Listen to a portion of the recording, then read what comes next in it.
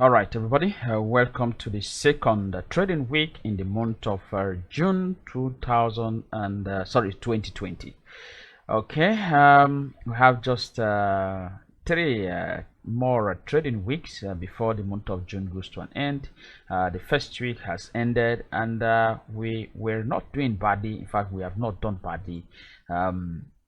Hopefully we are going to end the month in good profit, so we just need to keep being focused, being consistent, and doing what is right. Okay, this week we are not really going to waste much of time with the market reviews because price for last week was extremely volatile, was quite rugged, so to speak. With each movement took to one direction, little pullbacks, and so we're just going to highlight some of those pairs and possibly decide on what directional buyers will be concentrating for this upcoming trading week.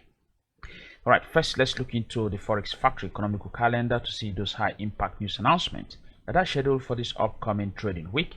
As you can see, we have lots of the high impact news announcement coming from the American dollar axis on Wednesday, the 10th of June 2020. That means the American dollar is will be the worst hit for news announcement for this trading week. So you need to be careful, especially with the FOMC right there. Okay, the FOMC last week was for the NFP, and as you know, NFP, as you know, after the NFP, usually it follows with the FOMC. Okay, so the FOMC on Wednesday, you have to be careful with that. So the first 2 weeks with the NFP and the FOMC are usually very difficult to trade weeks. Okay, all right, so keep all of these high impact news announcements on your notepad and ensure you are not trapped in them. Just be careful with news announcements. All right, let's move into the charts and see what we have waiting for us. The first pair is the euro against the American dollar. This is the weekly time frame where we have over analyzed this pair in the past, and the price is now beginning to shoot in our direction of analysis. You can see how bullish this pair has been for the past 3 weeks. Price has been pushing to the upside. The target is that price is going to push above that area. All right, so you really do not want to think about selling the euro against the American dollar for now. In fact, we are not interested in short opportunities, except we may just want to jump in briefly and come out. Otherwise, the most preferable directional buyers for us in the euro against the American dollar is to look for only buy entries. Okay, so in the daily time frame, well, last week Friday, we saw price being hesitated, rejected from this area where we don't have any possible level of resistance. To me, I feel that it's just a pullback, and the pullback can come to somewhere around in here, anywhere there. Then we can see a resume of the bullish move again. So we are waiting somewhere around this area. All right, so if we get price making that a pullback that soon, anywhere there, we'll be looking for a buy entry again in the euro against the American dollar. Okay, so nothing really much there, so that's just it. The New Zealand dollar against the Canadian dollar. This is the weekly time frame. Here I just want to show you that price might be trading around a problematic zone. Resistance there, resistance there, also an area of resistance. Okay, let's just mark that and see how the shape. All right, so that's a dangerous zone for this pair. Let me zoom in. Okay, now price is trading around an area of resistance. Okay, so that is a good area of resistance that you should be looking for possible hint to go short. All right, you should be looking for possible hint to go short at that very heavy level of resistance. Now let's see the daily time frame. At that area of resistance, you can see that price in the daily time frame is giving us an inverted hammer formation. Okay, an inverted hammer formation there, which is more of a fake breakout of that level of resistance.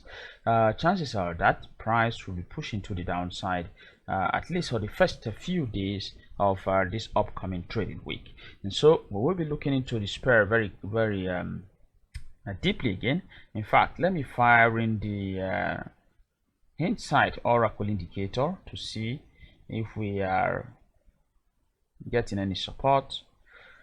Okay, let's see that 74% correlation. That is not really what we want. We want at least 75% and above. Okay, 75% and above is what we like to trade.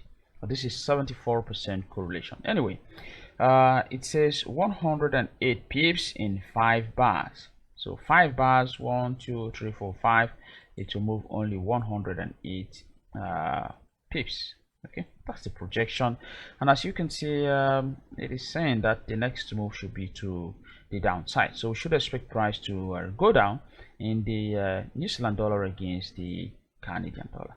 Well, anyway, even though we don't meet the correlation requirement, but at any rate,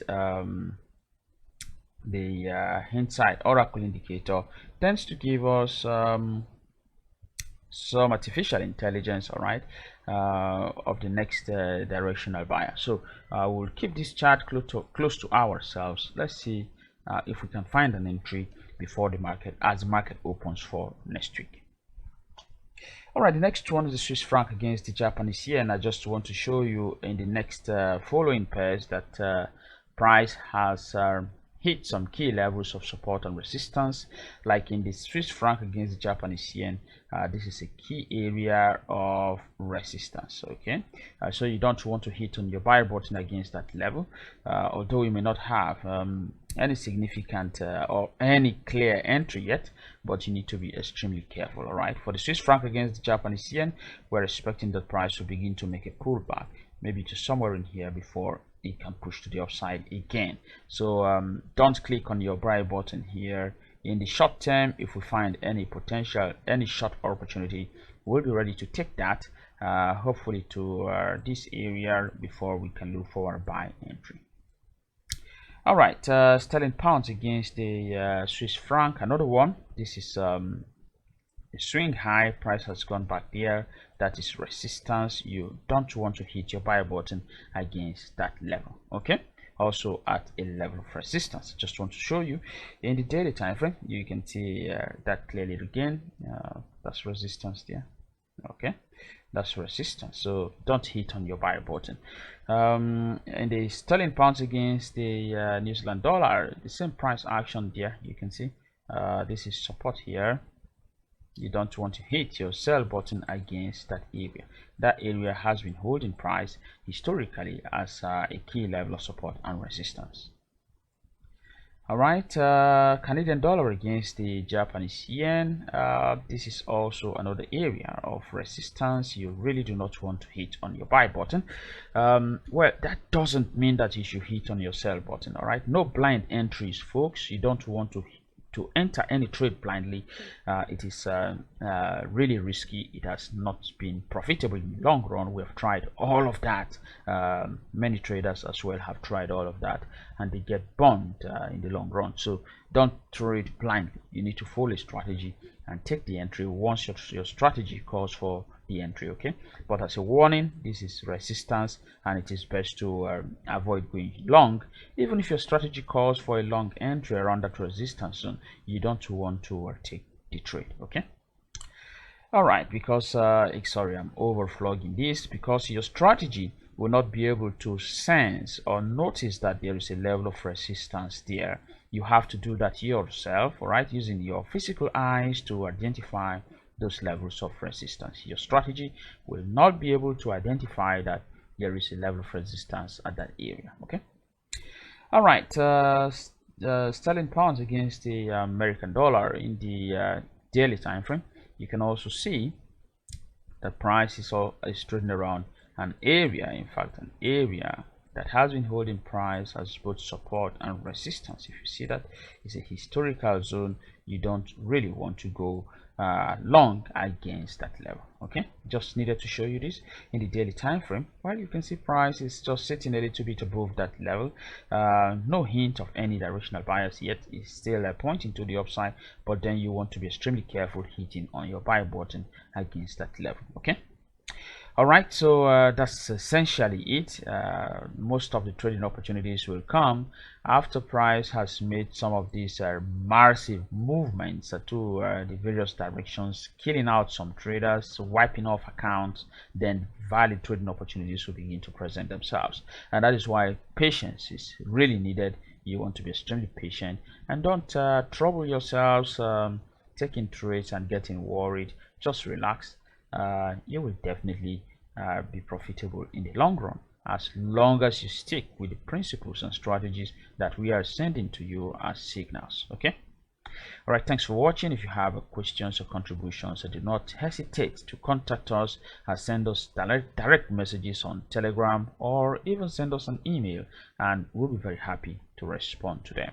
Have a nice weekend. We'll see you in next week trading. Hopefully we will make much profit. Do have a fantastic weekend. Bye bye.